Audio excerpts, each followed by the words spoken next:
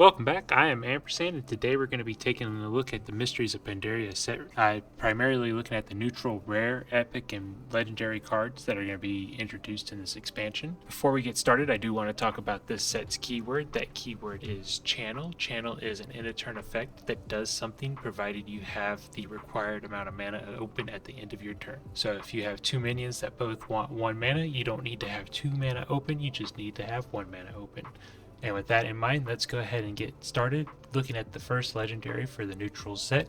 And we're going to start with Cho, Walker of Lore. 2 mana, 0/4 legendary minion with whenever a player plays a card, put a copy into the opponent's hand. So this is a callback to the original Lore Walker Cho, who would do the same thing but only for spells. And what expansion could possibly be better for Lore Walker Cho to get a re-flavored card than a expansion based around the islands of Pandaria? And while a lot of players may not have been around back when Lore Walker Cho was in the meta or playable, he was never really playable, but Wallhobbs made it happen, and maybe he can do something with 2 Chos. So up next, let's look at some of the rare cards, the first of which is going to be Golden Carp. Golden Carp is a 2 mana, 2/2 beast with tradable and Battlecry. Get a coin. Upgraded for each time you've traded since your last battle cry. So just like the mage fish and the other common fish we saw in the previous video, these ones will be upgraded as well and provide more and more coins for you to spend. This looks like it could potentially be dangerous in a rogue deck. Although I do see mage making a lot of use out of the additional stats and the coins. After that, we have the Red Belly Mandarin. The Red Belly Mandarin is a 6 mana 6/6 tradable beast with cost 1 less for each time you have traded since your last battle cry, and itself is a beast. The minion doesn't increase in stats or benefit from the other synergies in the same way as the other tradable fish, but it does gain the additional cost reduction and doesn't interrupt your chain or start it over. So if you've traded 4 or 5 times, this is a 1 mana 6/6. Sounds pretty effective to me. With that in mind, we're going to go ahead and move on to the next card. That card is Waterstrider Pal. Waterstrider Pal is a 5 mana 3/3 beast with Battlecry. Give a friendly minion ignore taunt. And you might be asking yourself, Amper, why is this minion so overcosted for this effect? That doesn't seem great. But you trust taunt.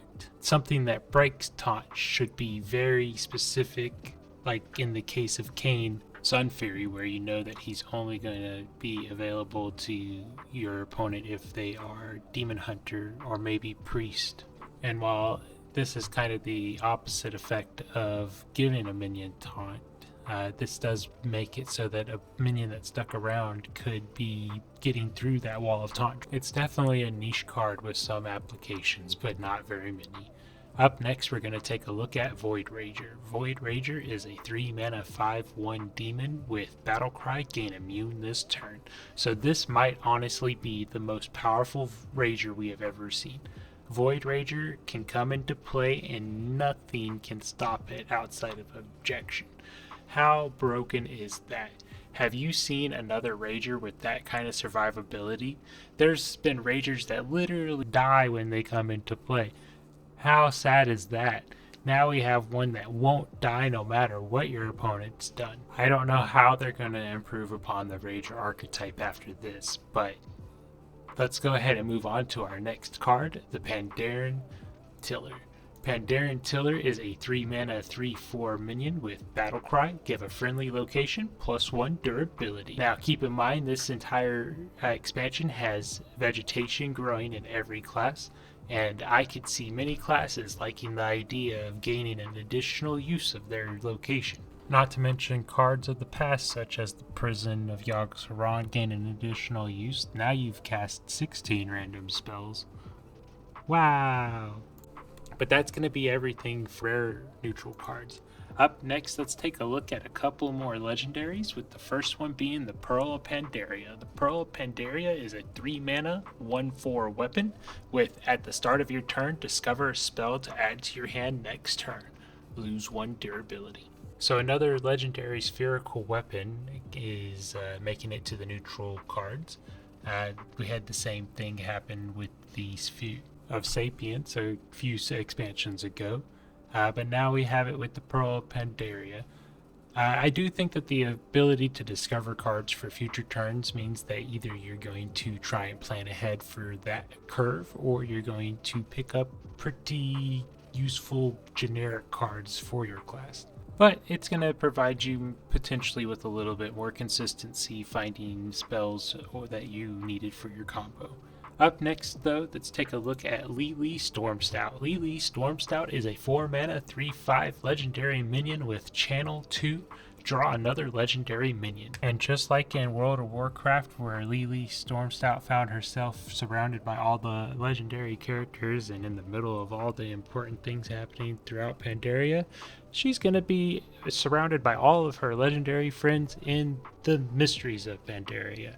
Combination of gaining the channel effect at the end of turn and also the fact that this is the first time you've been able to draw specifically a legendary minion makes it so that Lili is going to be a pretty interesting piece for combo decks, at least in the same vein that Talon Forging was for searching for high cost minions. You might consider drawing Lili as drawing a second copy of the card that will draw you your actual card after 6 mana.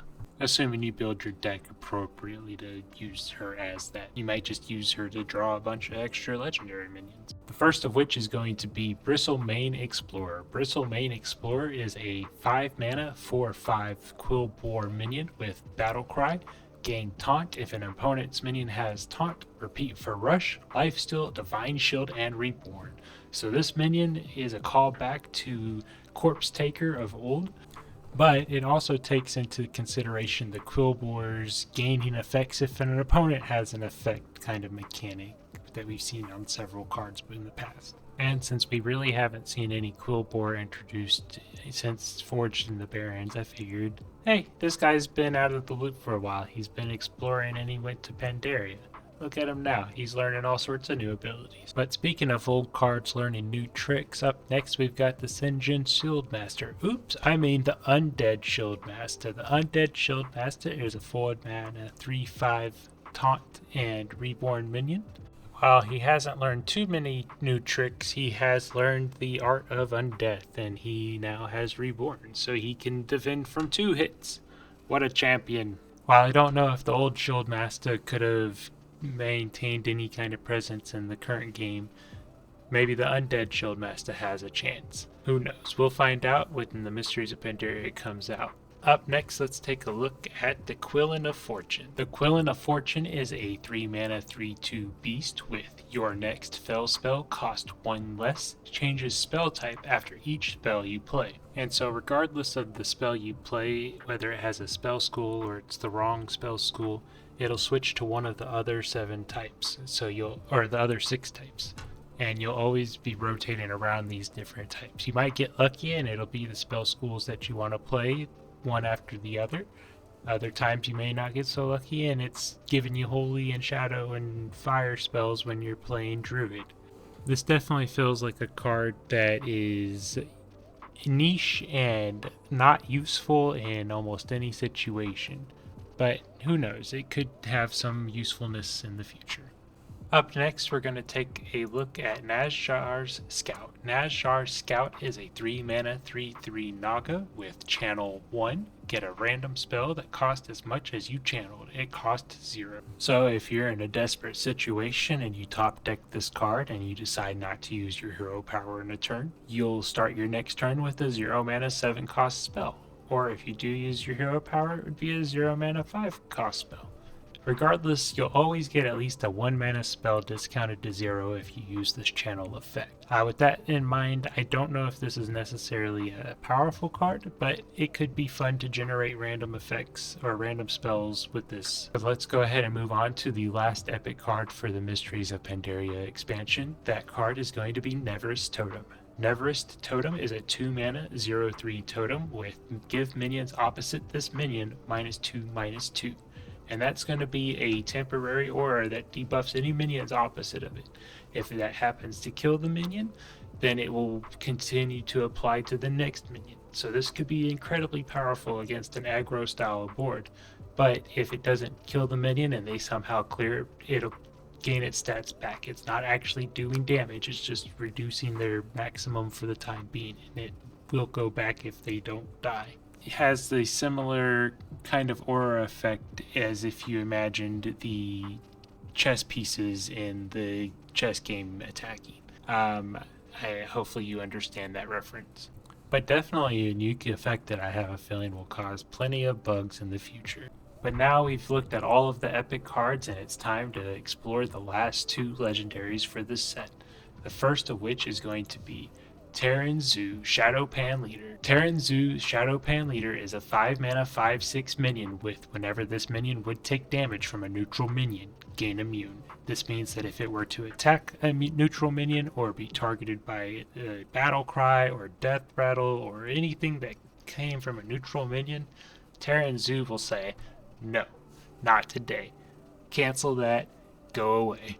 And he'll stick around and wait for the next thing that's not a neutral minion to poke at him. He truly embodies the lifestyle of a Pandaren and a monk. There isn't much to say about Terran Zoo except for he has protection from one specific category of card, neutral minions. If you got neutral minions in your deck and that's all you got, Terran Zoo's a problem. If you got other things, then Terran Zoo's not much of an issue. I also believe that if you gave Terran Zoo taunt when your opponent attacked it because he didn't have, or he had taunt but not immune at the time, he would then gain immune and be able to still block their attack. But that's going to bring us to our last legendary card. And that card is going to be Shin Zin Su Island Turtle. A 10 mana, 10/20 beast with can't attack taunt. Can't be targeted by spells and abilities. That means that your opponent won't be able to target it with hero powers. You won't be able to target it with your own minion's effects.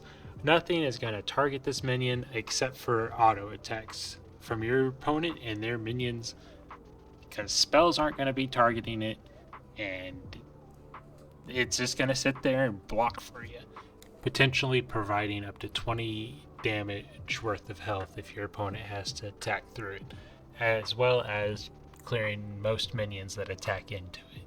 I mean, what chance do they really think when they're fighting an entire island? They're standing on his back. But that's going to wrap it up for the neutral minions in the Mysteries of Pandaria expansion. I hope you have enjoyed this as much as I have. Creating this expansion has been very entertaining for me to both practice how I create cards and basically putting a whole set together. I'd love feedback on anything that you guys have to say about it. I am Ampersand, and I'm proud of this. This was fun. Thank you.